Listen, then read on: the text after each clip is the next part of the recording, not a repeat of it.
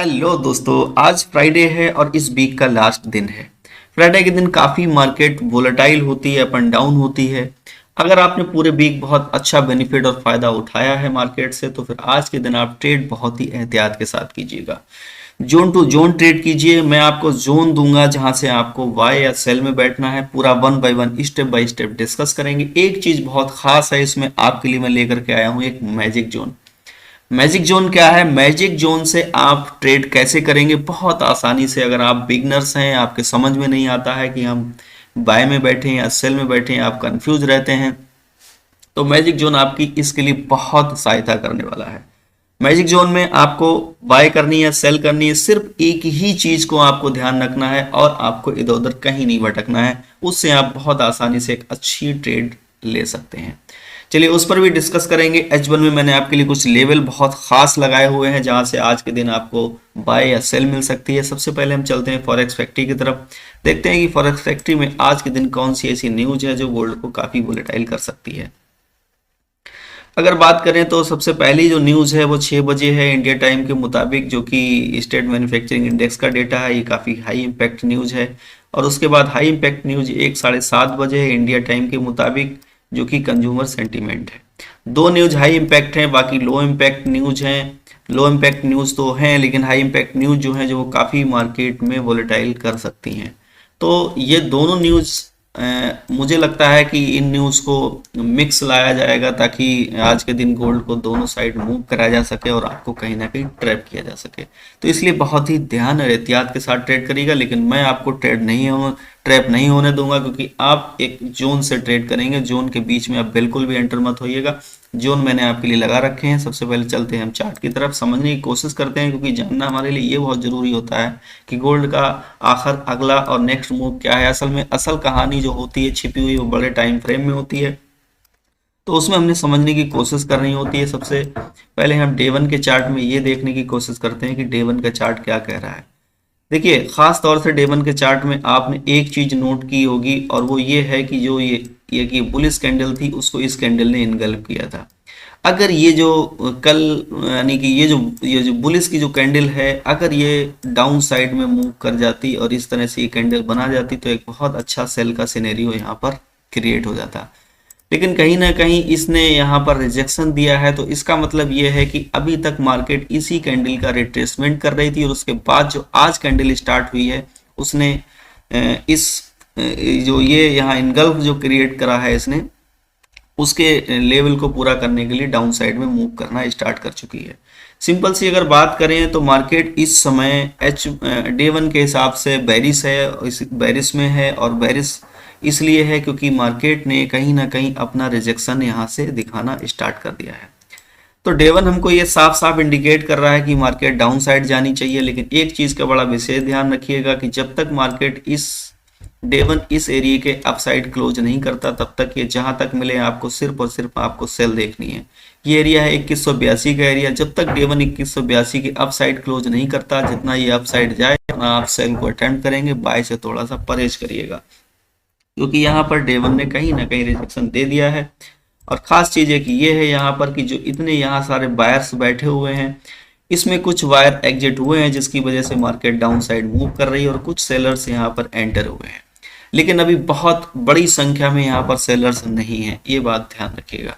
तो लेकिन आपको क्या करना है, आपको डे वन के हिसाब से सिर्फ यही करना है कि जब मार्केट अपसाइड मूव करे तो आपको सिर्फ सेल अटेम्प्ट करनी है। और वो आपको एरिया 2174 का मिलता है, यहाँ से भी आप सेल कर सकते हैं। डे वन के अकॉर्डिंग 2180 का एरिया मिलता है, यहाँ से भी आप एक सेल अटेम्प्ट कर सकते हैं। तब तक हम सेल में बैठेंगे जब तक 2182 के अपसाइड डे वन क्लोज नहीं कर देता। अब चलते हैं हम अपने H4 के चार्ट की तरफ, देखते हैं कि H4 का चार्ट हमको क्या कह रहा है। H4 के चार्ट में एक चीज तो क्लियर है, आपको यहाँ एक चीज समझ में आ रही होगी, क्योंकि ये ओंडा के चार्ट में अगर हम देखें तो H4 ने यहाँ एक इनगल्फ बनाया था, जिसको इसने कंफर्म भी कर दिया, और ये इसके बाद डाउन साइड मूव करना स्टार्ट कर दिया है। अब क्या कहानी है असल में? अब कहानी असल में ये है कि अब जो ये अपसाइड मूव कर रहा है वो सिर्फ और सिर्फ ये H4 का रिट्रेसमेंट है। यानी कि वही 70 और 71 72 के एरिया तक अगर मार्केट आपको मिलती है तो आप यहाँ पर H4 के अकॉर्डिंग भी सेल ले सकते हैं। लेकिन एक चीज ध्यान देने वाली बात यहाँ पर एक ये है कि यहाँ देखिए इसने अपने लो को डाउन साइड सेट नहीं किया है। तो इसलिए जब भी आप सेल में बैठें, डाउन साइड मूव करे 4 से $5, तो आप 50% प्रॉफिट बुक करके बाकी ब्रेक इवन जरूर करिएगा। अच्छा, अब चलते हैं H1 के चार्ट की तरफ, जहां पर मैंने आपके लिए बहुत अच्छे और बहुत खास लेवल लगा रखे हैं कि कहां से आपको बाय करनी है और कहां से आपको सेल में बैठना है। बात करेंगे सबसे पहले हम अपने मैजिक जोन की, जो कि मैंने आपसे शुरू में डिस्कस किया था कि मैजिक जोन क्या है। देखिए, ये एरिया मैजिक जोन में है 2163.45 और 2162.21, यानी कि 2163.45 2162.21। ये जो एरिया है, इस एरिया में आपको क्या करना है कि जब भी मार्केट ये 2163 के अप साइड, यानी 2163 के अप साइड कोई भी कैंडल अगर क्लोज करती है और फिर दूसरी कैंडल रीटेस्ट करती है, फिर आपको बाय में बैठना है। इसी तरह सेम कहानी मैजिक जोन में यहाँ पर यह है कि अगर मार्केट में कोई भी H1 कैंडल ऐसे इस तरह से क्लोज करती है इसके डाउन साइड, फिर मार्केट दूसरी बने उसके रीटेस्ट करे और फिर आपको सेल में बैठना है। ये मैजिक जोन आपके बहुत काम आने वाला है। आप इसको एक बार ट्राई जरूर करिएगा, आप बेहतर से समझ पाएंगे कि मैं आपसे क्या कहने जा रहा हूँ। इसका स्क्रीनशॉट ले लीजिएगा। अच्छा, अब बात करते हैं हम लेवल्स की कि लेवल हमारे कौन कौन से हैं। लेवल अगर आज के दिन मार्केट आपको बाय स्कैल्प करनी है तो 2156 और 2153 के एरिया पे जैसे ही मार्केट आपको मिले आप यहाँ पर बाय में बैठ सकते हैं, लेकिन स्कैल्प करिएगा। स्कैल्प करने का मतलब ये है कि $2 से $4 जैसे ही मूव करें आप 50% प्रॉफिट बुक करिए, बाकी ब्रेक इवन कर दीजिए।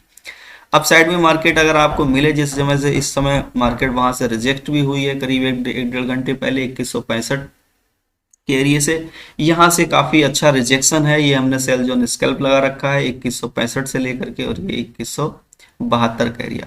यहाँ पर आपको जहां पर भी मार्केट मिले वहां से आप सेल अटेम्प्ट कर सकते हैं और 50% के प्रॉफिट बुक करके आप मार्केट से एग्जिट भी हो सकते हैं। हमारा जो स्ट्रॉन्ग सेल जोन है वो 79 और 84 का एरिया है। आज के दिन अगर आपको यहाँ मार्केट मिले तो आप बिल्कुल भी सेल से मत चूकिएगा, क्योंकि ये सेल आपकी अच्छी प्रॉफिट दे सकती है।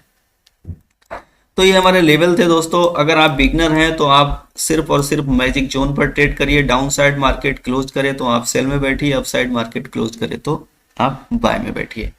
आज आप प्रॉफिटेबल रहें, इसलिए मैंने आपको जोन टू जोन ट्रेड करने के लिए बोला है। और सबसे स्ट्रॉन्ग बात हम बताएं आपको कि जो सबसे बेस्ट बाय जोन है हमारा वो 2143 और 2147 का एरिया है। अगर आपको यहाँ पर मार्केट मिलती है तो आप बाय में बैठ सकते हो। सबसे स्ट्रॉन्ग जो बाय जोन है वो 31 से 25 का एरिया है, जो कि एक स्विंग ट्रेड भी है।